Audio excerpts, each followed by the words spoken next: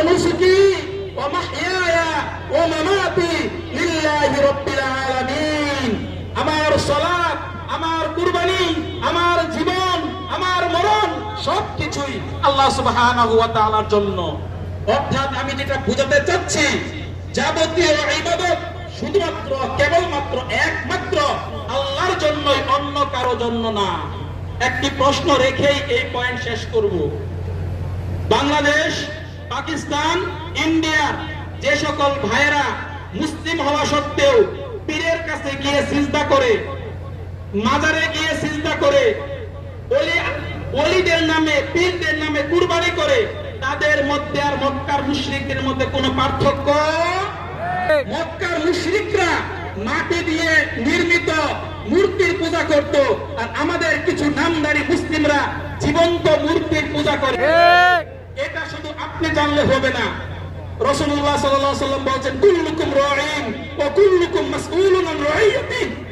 প্রত্যেকেই দায়িত্বশীল, প্রত্যেককে তার দায়িত্ব সম্পর্কে জিজ্ঞাসা করা হবে।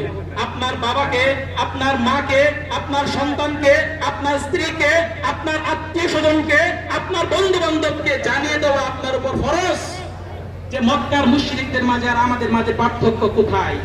আমার আলোচনার প্রথম ধাপ শেষ, দ্বিতীয় ধাপ একদম সংক্ষিপ্ত।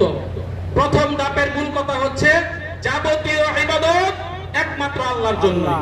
দ্বিতীয় ধাপ হচ্ছে, যদি প্রশ্ন করা হয় আল্লাহ তাআলা কোথায়, আমাদের অনেক ভাইরা বলবেন আল্লাহ হচ্ছে সর্বত্র বিরাজমান। আল্লাহ হচ্ছে সর্বত্র বিরাজমান কোন ভাইরা বলবেন। এই ক্ষেত্রে আমি শুধু একটি কথাই বলতে চাই, আল্লাহ সুবহানাহু ওয়া তাআলা বলেন আর রহমানু আলাল আরশি ইস্তাওয়া, আল্লাহ আরশে আজিমে আছেন, এই বিশ্বাস করতে হবে। যারা বলে আল্লাহ সর্বত্র বিরাজমান তারা শিরকি আকীদায় লিপ্ত, তাদের স্থান কিন্তু জান্নাতে নয়। অনুরূপভাবে লাস্ট বাক্য হচ্ছে রাসূলুল্লাহ সাল্লাল্লাহু আলাইহি ওয়াসাল্লাম মাটির তৈরি, মাটির তৈরি এবং মাটির তৈরি, এটাই কোরআনের শিক্ষা, নূরের তৈরি না।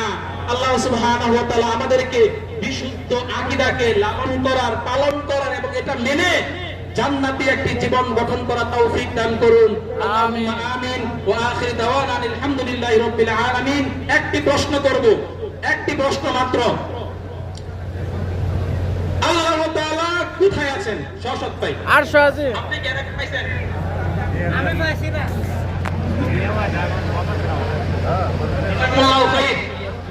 আল্লাহ আপনাদেরকে ভালো রাখুক, আমার জন্য দোয়া চাই।